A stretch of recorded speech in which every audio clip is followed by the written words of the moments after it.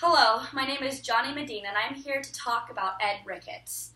Ed Ricketts is someone that most of us don't know anything about. We know about John Steinbeck.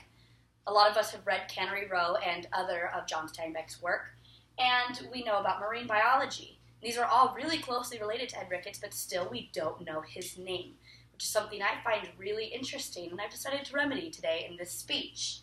So, getting into it, Ed Ricketts is a marine biologist and a close personal friend of John Steinbeck. Now, why is he important? Well, little known facts about him include the fact that he has contributed major innovations to marine biology, affected John Steinbeck in such a way that without Ed Ricketts, John Steinbeck would not be the author we all know today, and his own personal philosophies are very integral to the workings of the American psyche.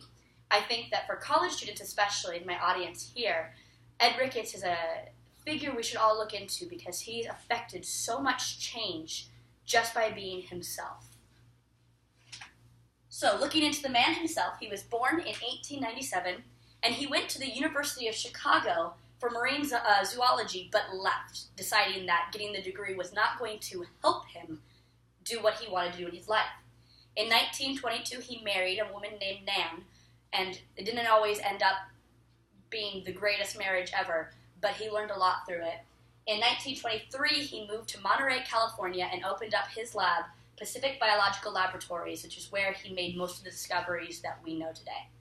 In 1930, he met Steinbeck and his wife, and they became very, very close personal friends, and it was a friendship that would last throughout their entire lives and would affect both of them as professionals in their fields. In 1936, he had a divorce, and for the rest of his life, he had several marriages that never really panned out because he didn't actually divorce his wife. And in 1948, he died tragically when he was struck by a train. Now, his life is interesting, but it's not what we remember of him. One of the things we remember from him is that he was a philosophizer. He had this idea that one should always live in the moment. He didn't care about the past and he didn't care about the future because the present was the only thing that one could control.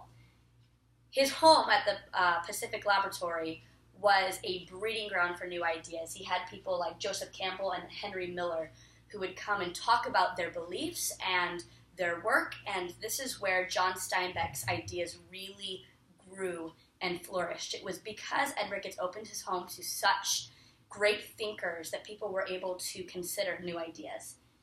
Everybody said he was a Renaissance man. I wanted to quote this because I think it really sums him up. Although a marine biologist, Ricketts was also an eclectic thinker who did not lose touch with life. He loved good food, good drink, and women, as well as art, music, literature, philosophy, and friends. He loved Bach, Mozart, and Gregorian chants, and he could discuss modern art with ease. He was known for quoting the poetry of Walt Whitman at great length. This is the kind of person I don't think we see a lot in our society. Now, marine biology is what he's most commonly known for. His textbook, Between Pacific Tides, was published in 1939 and is still used in the marine biology field as a textbook. He was also a holistic ecologist before holistic ecology even really existed. This means that he did not try to tamper with natural environments. He tried to keep them as safe and as secure as possible. He also contributed majorly to the field. He had a filing system that was almost perfect and helped future marine biologists look into different species. He also had a guide to the organisms of the California coast that was almost complete, and he has the most comprehensive study of sardine habitats known to this day. All of these have been incredibly helpful to the marine biology field.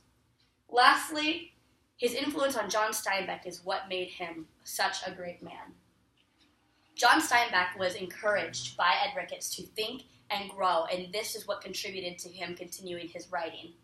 The Doc characters in most of John Steinbeck's writings, such as Doc and Cannery Row, are based on Ed Ricketts because John Steinbeck said that Ed Ricketts was the best man he ever knew.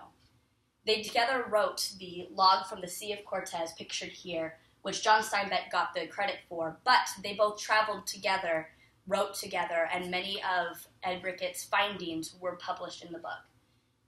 During John Steinbeck's career, there was never a time that was more prolific or productive as the time when he was friends with Ed Ricketts. So, Ed Ricketts, a man that very few people actually know, but a man worth knowing. There's a small group of people called Ed Heads who have dedicated a large portion of their lives to studying this great man. Pictured here is Ed Ricketts, a statue of Ed Ricketts, which stands at the spot where he was killed by a train, and his lab, which still stands in Cannery Row, Monterey today.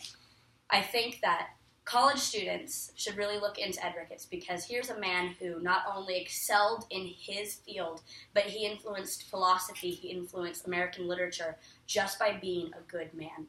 And what better example is that? Thank you.